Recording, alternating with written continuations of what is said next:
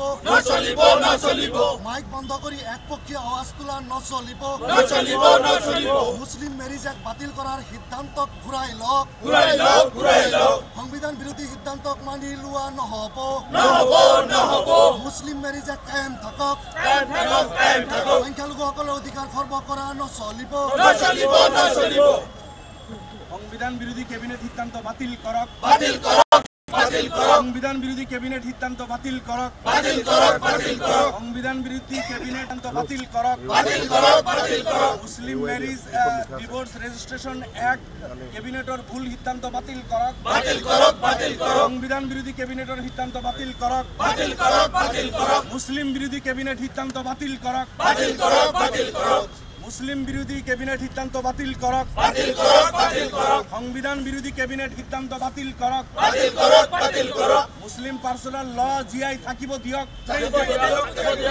সংবিধান প্ৰদত্ত মুছলিম পাৰ্চনেল ল জিয়াই থাকিব দিয়ক সংবিধান বিৰোধী কেবিনেট সিদ্ধান্ত বাতিল কৰক সংবিধান বিৰোধী কেবিনেট সিদ্ধান্ত লোৱা নচলিব সংবিধান বিৰোধী কেবিনেট সিদ্ধান্ত লোৱা নচলিব সদনৰ ভিতৰত বিৰোধীৰ আৱাজ বন্ধ কৰা নচলিব মাইক বন্ধ কৰি দি একপক্ষীয় আলোচনা নচলিব মাইক বন্ধ কৰি সদনৰ ভিতৰত একপক্ষীয় আলোচনা বৰদাস্ত কৰা নহ'ব আপোনালোকে নিশ্চয় জানে যে যোৱা 23 তাৰিখে যিটো 23 ফেব্ৰুৱাৰী তাৰিখে কেবিনেট সিদ্ধান্ত লোৱা হৈছে সেই কেবিনেট সিদ্ধান্তত Assam Muslim marriage and divorce act 1935 registration act 1935 abolish কৰাৰ কাৰণে কেবিনেট সিদ্ধান্ত লৈছে ভাৰতবৰ্ষৰ ইতিহাসত প্ৰথম যে কোনোবা এটা আইন এটা যিটো আইন আজি অসমৰ এছেম্বলিত হৈছে কলনিয়েল 1935ত স্বাধীনতাৰ আগত সেই আইনটো আজি এটা কেবিনেট সিদ্ধান্তত বাতিল কৰি দিয়ে যদি সেই আইনটো ক'ৰবাত বেয়া আছে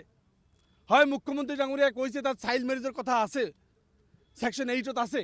সেই কথাটো যদি তেখেতসকলে আপত্তি কৰিব লগা আছে চাইল্ড মেৰিজৰ কথাটোৰ বিষয়ে কোনো দলৰ কোনো সংগঠনৰ আপত্তি নাই বিৰোধ নাই চাইল্ড মেৰিজৰ ফেভাৰত কোনো সংগঠন নাই কিন্তু তাৰ পিছতো সেই আইনটো কেবিনেট কেনেকৈ বাতিল কৰিব পাৰে অৰ্ডিনেন্সৰ কথা কোৱা হৈছে এছেম্বলি চলি থকা অৱস্থাত অৰ্ডিনেন্স আনিব নোৱাৰে তাৰপিছত কেবিনেট সিদ্ধান্ত লৈছে যদি কিবা তাত আপত্তিজনক আছে সেই কথাটো এমেণ্ডমেণ্ট আনক এমেণ্ডমেণ্ট আনি সংশোধন কৰক অলৰেডি ইয়াৰ আগতে এমেণ্ডমেণ্ট বহুতবাৰ হৈছে এই এক্টটো বহুতবাৰ সংগঠন মানে এমেণ্ডমেণ্ট হৈছে ইয়াৰ আগতে ভলুণ্টাৰীলি আছিল ৰেজিষ্ট্ৰেশ্যনটো পৰৱৰ্তী সময়ত 2010 চনত এইটো গেজেট নটিফিকেশ্যনৰ জৰিয়তে এমেণ্ডমেণ্ট কৰি এইটো কম্পালচাৰী কৰিছে মেণ্ডেটৰী কৰিছে তাৰপিছত এইটো কিয় আহিছে এতিয়া হয় এটা এক্ট আছে যে যদি ছোৱালী বা ল'ৰাৰ মানে মাইনৰ হয় তেতিয়াহ'লে তাৰ গাৰ্জিয়ানে এইটো কৰিব পাৰে এই এক্টটো আপত্তি কৰিছে হয় এইটো এমেণ্ডমেণ্ট কৰি দিয়ক এইটো এমেণ্ডমেণ্ট কৰি দিয়ক যে কোনোবাই যদি ছোৱালী 18 বছৰৰ তলৰ হয় আৰু ল'ৰা 21 বছৰৰ ওপৰ হয় তেখেতসকলে আইনগতভাৱে ব্যৱস্থা লোৱা হ'ব কাজিৰ বিৰুদ্ধে ব্যৱস্থা লোৱা হ'ব তাৰপিছত আমাৰ যিজন বাপেক মাক আছে আমাৰ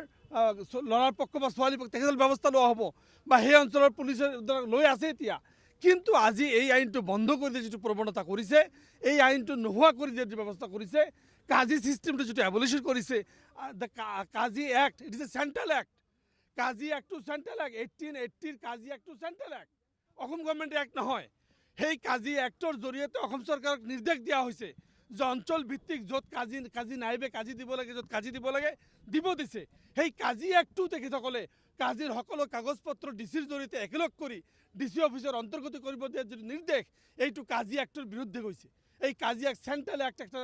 ভাৰতবৰ্ষৰ পাৰ্লামেণ্টত পাছ হোৱা এক্ট 1880 চনৰ এক্ট এতিয়াও ভাৰতবৰ্ষত চলি আছে সেইটো অসমৰ এটা কেবিনেটে কেনেকৈ নৎসাত কৰিব পাৰে এইটো বেআইনী এইটো স্বৈৰাচাৰী এইটো ডিক্টেটৰশ্বিপ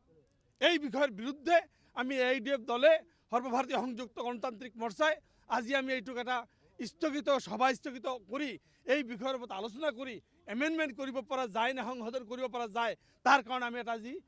মানে সদন মানে আমি স্থগিত প্ৰস্তাৱ ৰাখিছিলোঁ কিন্তু এই সদন স্থগিত প্ৰস্তাৱটো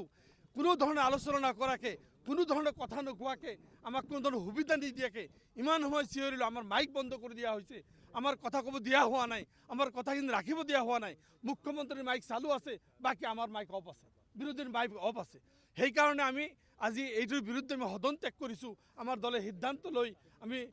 আজি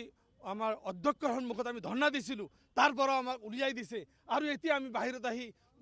কোনো স্থান নাপাই, গণতন্ত্ৰৰ কথা আমি কোনো স্থান নাপাই। আজি আমাৰ জাতিৰ পিতা মহাত্মা গান্ধী গণতন্ত্ৰৰ ৰক্ষক, তেখেতৰ প্ৰতিমূৰ্তিৰ তলত আহি আমি আজি এই প্ৰতিবাদ সাব্যস্ত কৰিব পাৰিম।